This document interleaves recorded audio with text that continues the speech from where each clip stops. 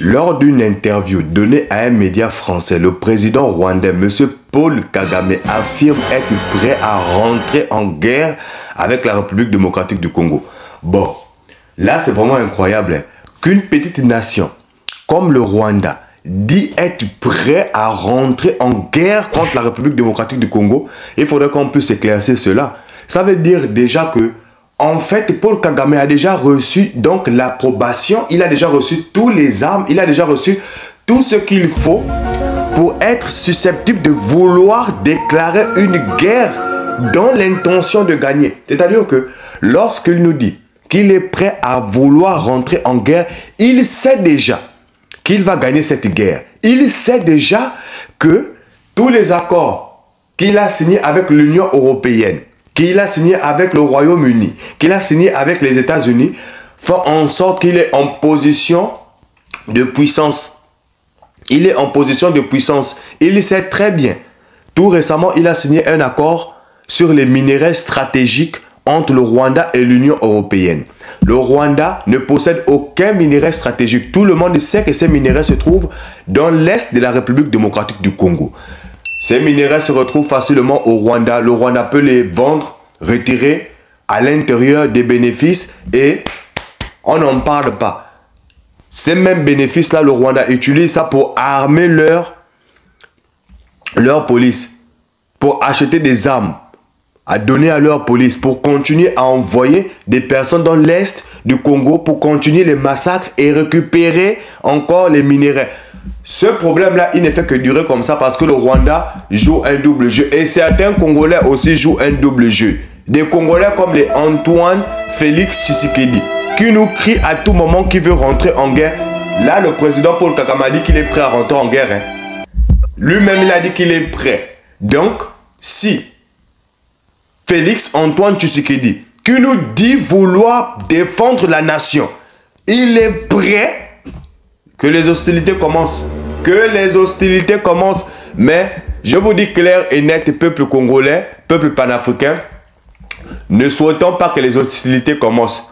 Je vous dis, hein, ne souhaitons pas que les hostilités commencent. Si Paul Kagame a eu le courage de dire ce genre de propos dans un journal français, vous êtes sérieux? Il a reçu toutes les garanties possibles que s'il mène une guerre contre la République démocratique du Congo, en 2 jours, il gagne la guerre. Je vous dis clair et net, en 2 jours, il gagne cette guerre contre la République démocratique du Congo. C'est pourquoi il se permet de dire ça dans un média français. Même pas dans un média rwandais.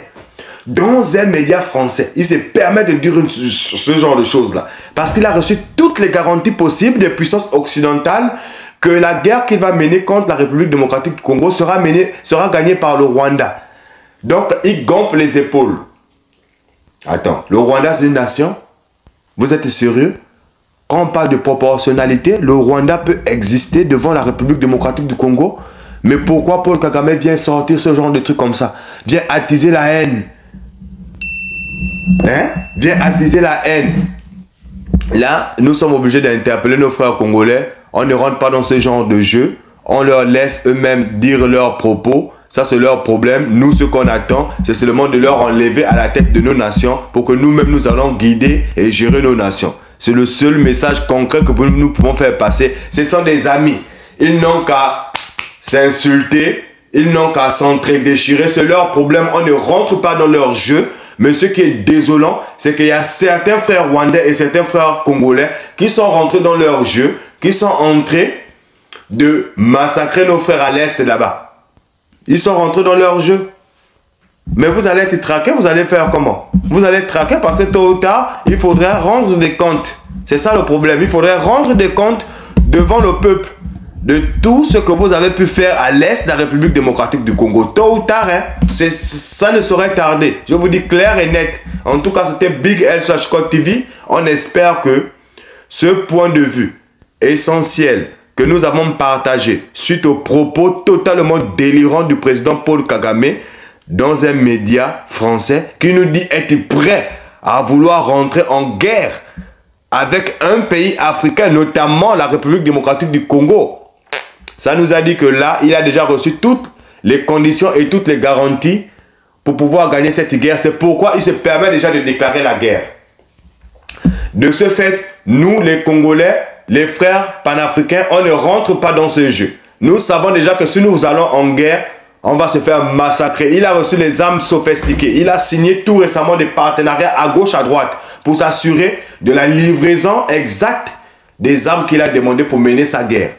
Donc là, il a reçu ça. Il commence à donner lui-même ses propos comme ça, n'importe comment. En tout cas, c'était Big S /Code TV. On se retrouve pour un prochain programme. Allez, ciao, ciao.